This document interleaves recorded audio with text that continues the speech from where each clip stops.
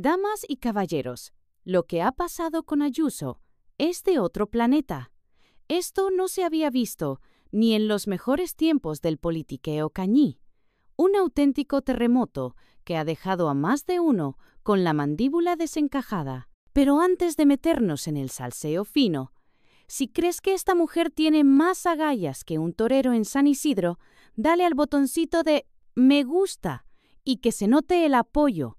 Venga, que esto promete y mucho. Isabel Díaz Ayuso jamás habría imaginado que después de tantos años de lealtad perruna al Partido Popular, de peleas en los pasillos y de puñaladas traperas tanto de frente como por la espalda, acabaría en este lío. Pero claro, cuando tensas la cuerda demasiado, al final se rompe. Y la última jugada de Alberto Núñez Feijóo fue el empujón definitivo. La gota que hizo rebosar el vaso, o más bien, la piscina olímpica de las intrigas políticas. Llevaban meses corriendo rumores por Génova, como si el cotilleo fuera deporte oficial, que si Feijóo y su séquito veían a Ayuso como un peligro, que si su popularidad eclipsaba la del jefe nacional, y eso a algunos les daba más miedo que un control de Hacienda. Ella, que había barrido en Madrid con una victoria que ni los romanos en sus mejores tiempos, que había aguantado los zarpazos de la izquierda como una gladiadora y que había convertido su nombre en sinónimo de libertad y chulería castiza, se veía ahora acuchillada por los suyos. ¡Ay! La ironía. La traición no fue a lo Juego de Tronos, con cabezas rodando en la plaza pública, sino más fina y elegante. Feijóo empezó a colocar a su gente en puestos estratégicos de Madrid, mientras a Ayuso le iban soltando lastre. De repente, sus apoyos se esfumaban, se ponían en duda, y los periódicos empezaron a recibir filtraciones que la dejaban peor que un bocadillo de chorizo en un mitin vegano. Pero lo que realmente la hizo saltar fue el intento de quitarle el control del PP madrileño, una jugada más sucia que un carrito de chuches en pleno agosto. Aquella noche, en su despacho, Ayuso revisaba informes y preparaba su enésima rueda de prensa cuando su mano derecha le soltó el bombazo por mensaje. Nos la han colado. Feijóo ya ha decidido. No va a haber apoyo en las autonómicas. Ahí lo supo. Se acabó la tontería. Había dos opciones: quedarse, lamerse las heridas y aceptar que la querían mandar al banquillo, o liar la parda. Y claro, Ayuso nunca ha sido de quedarse quieta. Convocó a su círculo de confianza con más determinación que el encargado de una churrería en feria. Soltó la bomba. Nos vamos. No pienso quedarme en un partido donde me quieren muerta políticamente. Claro, hay otro camino. El silencio en la sala fue de película. Algunos lo pillaron al vuelo. Otros necesitaron unos segundos de buffering. ¿A dónde?, preguntó un asesor con el ceño fruncido. Ayuso sonrió con esa mirada de agárrate que vienen curvas. A Vox. Y ahí estalló el terremoto político. Al día siguiente, los titulares eran puro espectáculo. Ayuso dinamita el PP y se va con Vox. Terremoto en Génova. Feijóo no lo vio venir. La derecha en llamas. Vamos, que solo faltaban los fuegos artificiales y las palomitas. El PP entró en pánico. Las llamadas se dispararon, intentaron frenarla, hacerle entrar en razón, pero Ayuso ya estaba en modo hasta luego, Mari Carmen. Mientras en la sede de Vox se descorchaban botellas, Santiago Abascal, más feliz que un niño con zapatos nuevos, declaraba a los medios: Isabel es una mujer valiente que no se vende ni se arrodilla ante el sistema. Hoy, la derecha de verdad se refuerza. Mientras tanto, en Génova la dirección intentaba hacer control de daños, pero estaba claro que esto no era un rasguño. Era un torpedo directo a la línea de flotación del PP. Y así, en una sola jugada, Ayuso había pasado de ser el baluarte del partido a su peor pesadilla. Esto, amigos, no es política. Esto es una telenovela de prime time.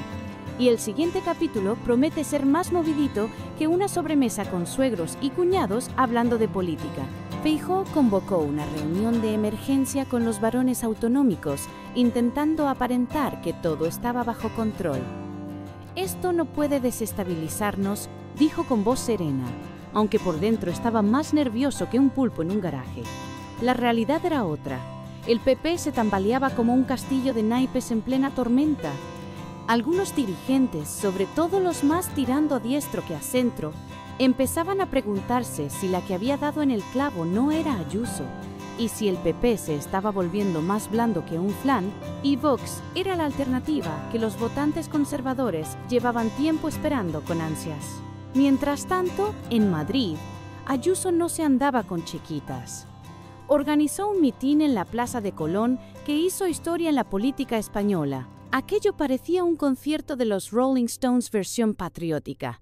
Miles de personas ondeando banderas de España, pancartas con su cara y un entusiasmo que ni en la final del Mundial. Cuando Ayuso subió al escenario, la ovación fue de las que hacen temblar hasta el Wi-Fi.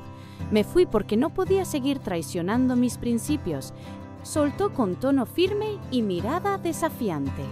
España necesita una derecha sin complejos, una que no se achante ante la izquierda radical ni ante los que quieren diluir nuestra nación en una sopa de progresismo insípido. Y por eso estoy aquí con Vox. El público rugió. El mensaje estaba claro. Ayuso no solo había mandado al PP al baúl de los recuerdos, sino que ahora era la gran esperanza de la derecha alternativa.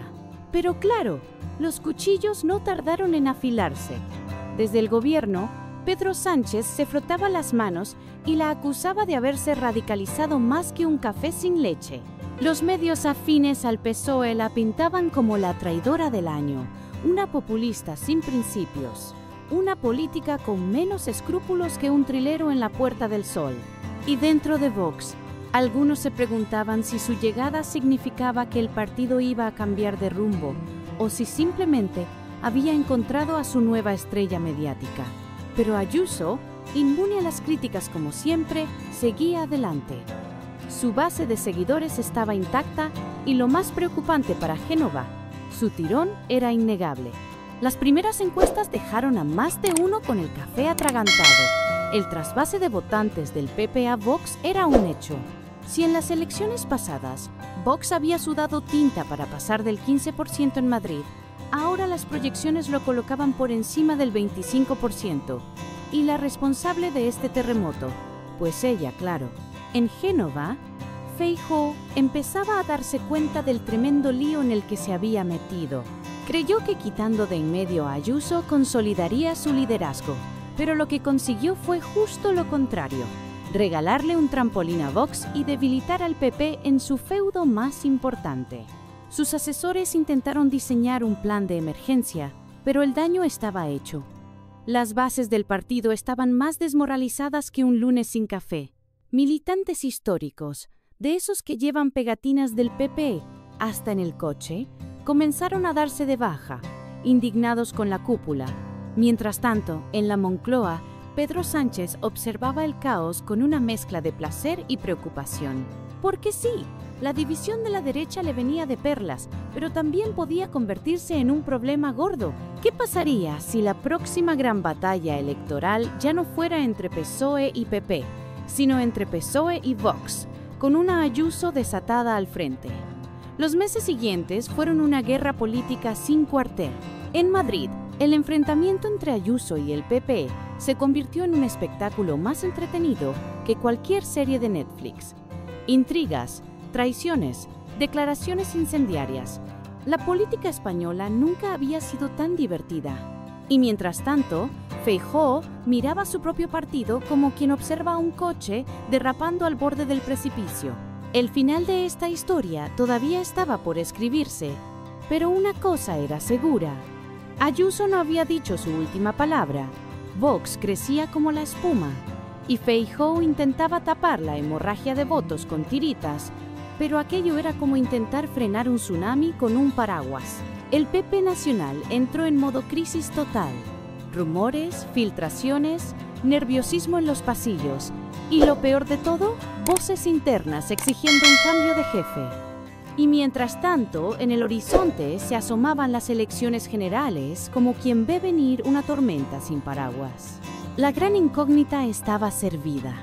¿Sería Ayuso la pieza clave para una nueva derecha española o su fichaje por Vox era el principio del fin del bipartidismo de toda la vida? Lo único claro era que la política en España ya no volvería a ser la misma.